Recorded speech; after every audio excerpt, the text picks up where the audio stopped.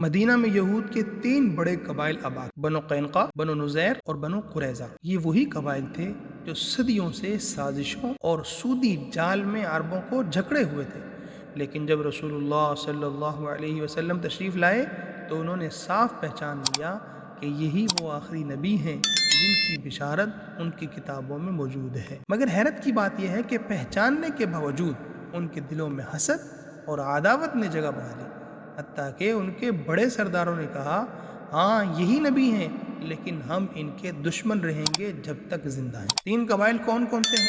مدینہ میں یہود کے جو 3 مشہور قبائل ہیں، پہلا بنو قینقاع، یہ خزرج کے حلیف تھے اور مدینہ کے اندر ہی رہتے تھے۔ دوسرا بنو نذیر اور بنو قریظہ، یہ اوس کے حلیف تھے اور مدینہ کے اطراف میں آباد تھے۔ یہی قبائل عرصے سے اوس و خزرج کے درمیان لڑائیوں کو بھڑکاتے تھے۔ جب اسلام آیا تو انہیں خطرہ محسوس ہوا، اب یہ قبائل جڑ جائیں گے اور یہود کی سودی معیشت اور سازشوں کے شکنجے سے آزاد ہو جائیں گے۔ حضرت صفیہ رضی اللہ تعالی عنہ کا واقعہ آپ کو سناتا ہوں کہ حضرت صفیہ رضی اللہ تعالی عنہ اپنے والد حی بن اخطب اور چاچا ابو یاسر کا ایک واقعہ بیان کرتی ہیں کہ جب رسول اللہ صلی اللہ علیہ وسلم قباء پہنچے تو دونوں صبح سے شام تک آپ صلی اللہ علیہ وسلم کا مطالعہ کرتے رہے۔ واپس لوٹے تو ان کے چہرے غمگین اور قدم لڑکھڑا رہے تھے۔ چاچا نے کہا، کیا یہ وہی ہیں؟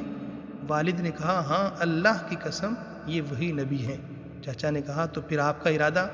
والد نے جواب دیا، عداوت جب تک زندہ رہوں گا۔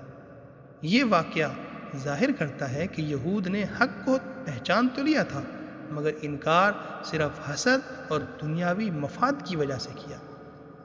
عبداللہ بن سلام رضی اللہ تعالیٰ عنہ کے اسلام کا واقعہ کچھ یوں ہے کہ یہود کے بڑے عالم حضرت عبداللہ بن سلام رضی اللہ تعالیٰ عنہ نے جب رسول اللہ صلی اللہ علیہ وسلم کو دیکھا اور چند سوالات کیے تو فوراً ایمان لے آئے۔ انہوں نے کہا، یہود بہتان باز قوم ہے، اگر انہیں پہلے پتہ چل گیا تو وہ میرے خلاف پروپیگنڈا کریں گے۔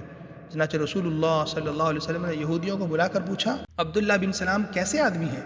انہوں نے کہا، ہمارے سب سے بڑے عالم اور بہترین آدمی ہیں۔